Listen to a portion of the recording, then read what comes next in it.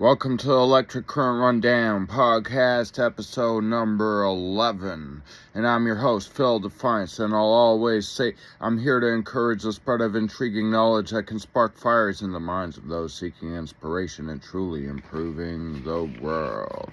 And so, what I'm going to be talking about in this episode includes an inside look into the warehouse industry and my own personal experiences, because some people might find that type of information to be quite informative, so I thought, why not talk about that too? But on this one. But anyway, so then I also wanted to talk about some ways to help people overcome distractions which can interfere with their productivity and quality of work. So let me get right into it.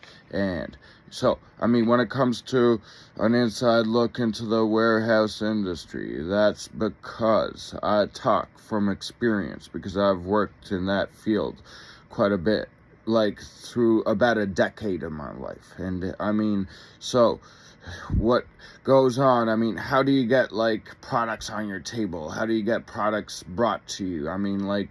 There's lots of shipping vehicles. Sometimes there's 20 footers, 30 footers, 40 footers, 50 footers, 60 footer trucks, and sometimes you'll even see 240 footers in the shipping industry.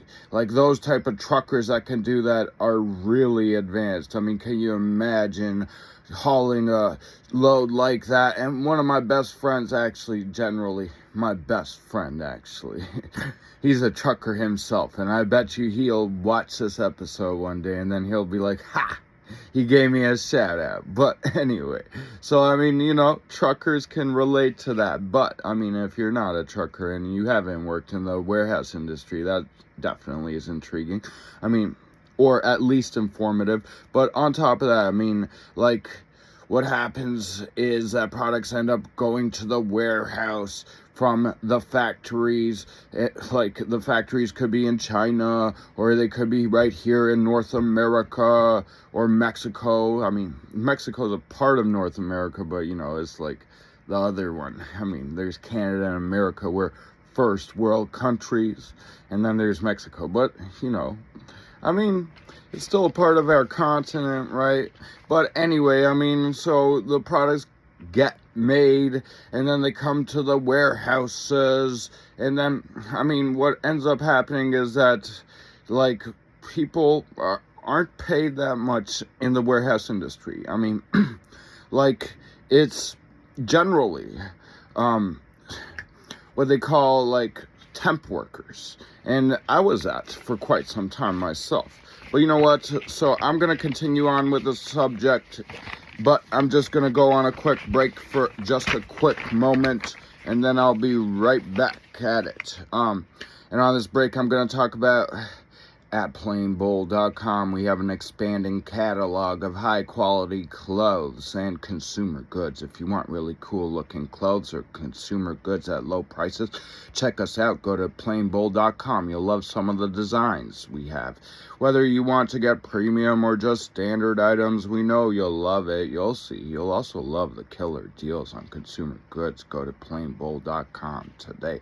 That's plain, like airplane, planebold.com. Yes, that's my website, and yeah, we have an expanding catalog. Check it out. Over time, we'll improve too.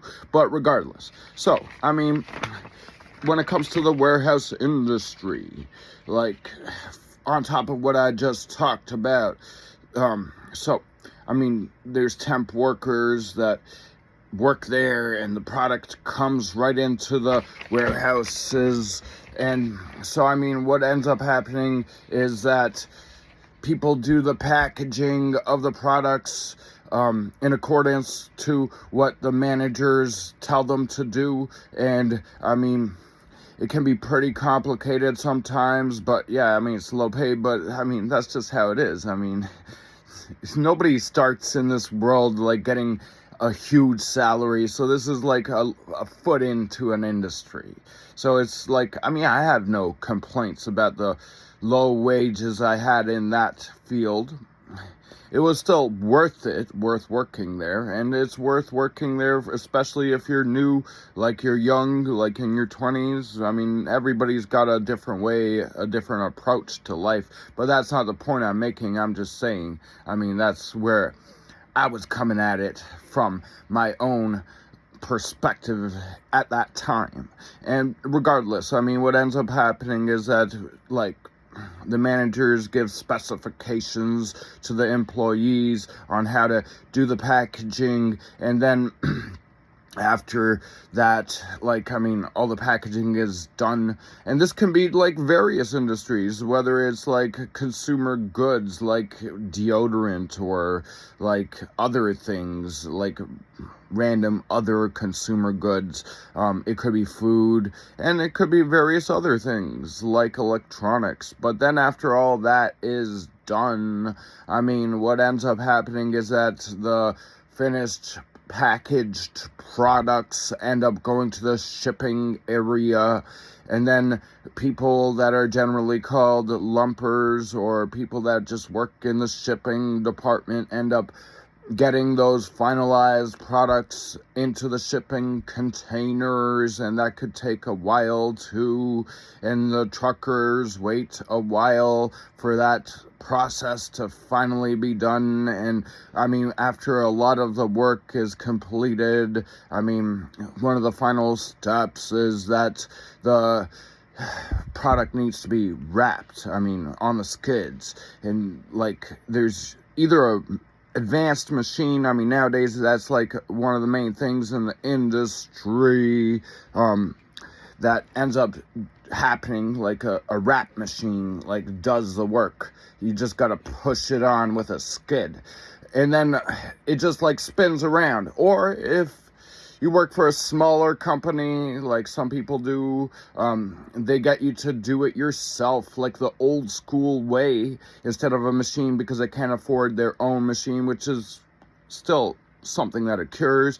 And then, I mean, so then the product gets finalized, and then it gets brought into the shipping container, and then boom, it gets shipped out, like I said in the beginning of what I was describing. But either way, so I mean, okay, I'm gonna switch topics, but before I do that, I'm gonna go to this quick last break, where I'm gonna say how great it is watching videos that really get up topics that interest you, that are to the point, entertaining and informative, intrigue and excite you, and much more. Watch videos like that at currently electrifying videos on YouTube or Instagram today.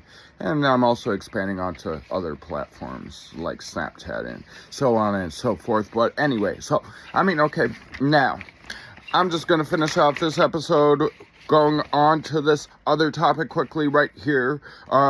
So, I mean, on the topic of a couple ways you can, or actually, some ways to help people overcome distractions, which can interfere with their productivity and quality of work.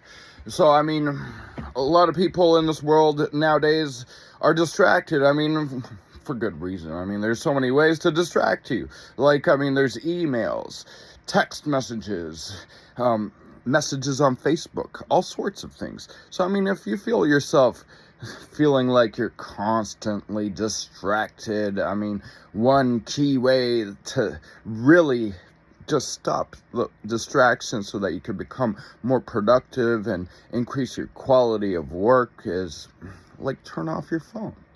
Like, turn off your email app, turn off your messenger, and just, like, really focus on what you're doing. At least, like have it off for a whole hour, and do like a really big effort of really trying your best to get work done for like a whole hour. I mean, at the least, do it like that. Try that. But you know what? I'm going to get more into that topic on the next episode. That's just a little quick introduction into that. But either way, so now the episode's done.